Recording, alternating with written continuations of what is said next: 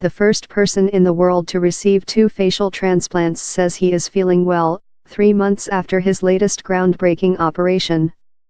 Jérôme Hamon had his first transplanted face removed last year after signs of rejection following a treatment with an incompatible antibiotic during a cold.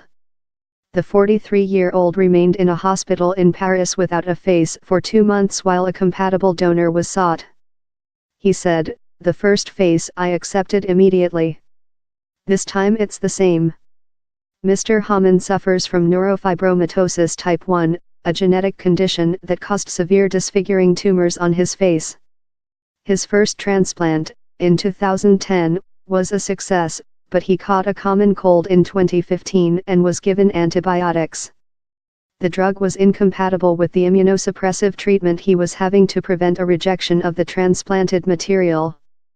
The first signs of rejection came in 2016 and last November, the face, suffering from necrosis, had to be removed.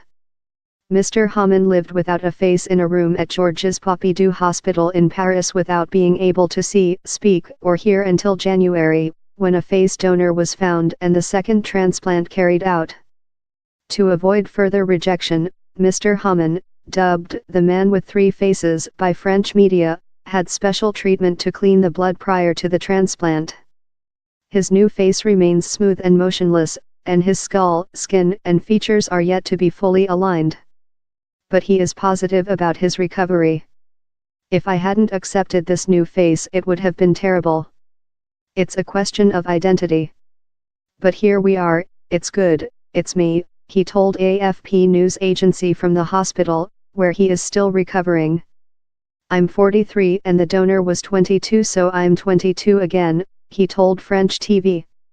The hours-long operation was led by Professor Laurent Lantieri, a specialist in hand and face transplants who carried out Mr. Hamon's initial surgery 8 years ago. "Today, we know that a double transplant is feasible, it's no longer in the field of research," he told Le Parisien newspaper, in French.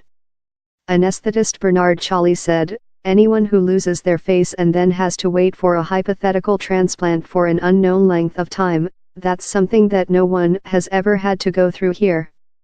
I'm amazed by the courage of a patient who has been able to get through such an ordeal."